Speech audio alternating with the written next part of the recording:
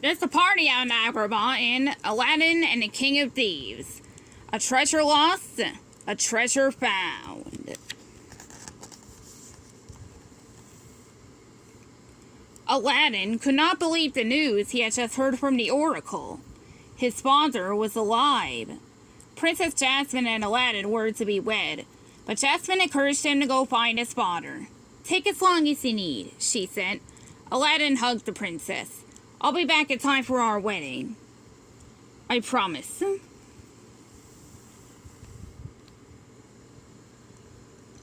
The oracle had told him that his father was with the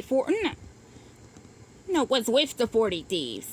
Thinking that his father was their prisoner, Aladdin flew off on the magic carpet with Abu and Iago and picked up the trail of the thieves. He caught up with them at the edge of the sea. Aladdin held back and watched her from a safe distance.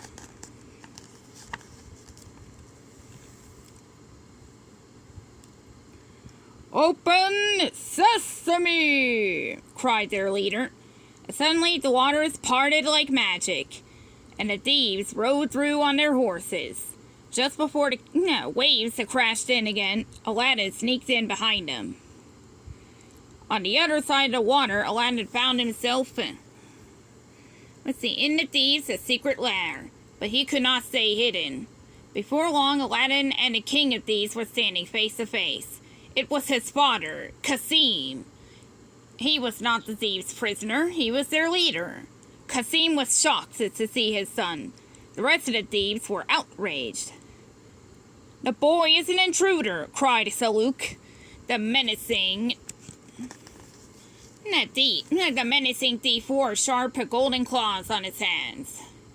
"And we have rules about intruders. He must die." Kasim did not want Aladdin to be killed, but he could not appear weak in front of his men. He knew that Aladdin only had one chance for survival. "My son should face the challenge," he said. Aladdin would have to face Saluk in a battle to the death. The thief was strong, but Aladdin was smart and quick. He dodged Saluk's sharp claws and tried to defend himself. Even when the foes battled their way onto a dangerous cliff ledge, Aladdin did not back down. Finally, Saluk lost his balance and fell into the water below. Kasim smiled proudly. Aladdin had faced the challenge and won. Now he was officially a member of the 40 Thieves. Later that night, Kasim took his long-lost son to a great treasure that he was seeking. It was called the Hand of Midas, and everything it touched turned to solid gold. Aladdin was angry, so this was the reason that his father had not been a part of his life. All through Aladdin's childhood, Kasim had been off searching for treasure. Kasim tried to explain himself to his son. "I knew exactly what I wanted for my family. The best. We never wanted gold. We wanted you." Aladdin said, "I wanted a father. I still do. Come to my wedding." Kasim did come back to the palace with Aladdin, but it was only to get his hands on the oracle. He hoped the magical staff could tell him where to find the priceless treasure, the Hand of Midas. When Aladdin found out about his father's motives, he was hurt and angry. He sent his father off with the oracle to find his treasure and said goodbye, hoping that Kasim was out of his life forever. But then Aladdin learned from Iago the parrot that Kasim was in trouble. Saluk was alive. He had turned against Kasim and taken him captive. Aladdin knew he had to help. Kasim may have turned his back on his family, but Aladdin would not make the same mistake.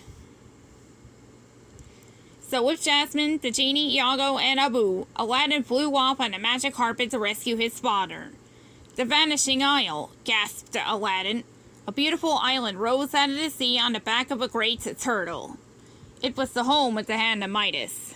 Saluk had taken the oracle from Kasim and used it to find the treasure.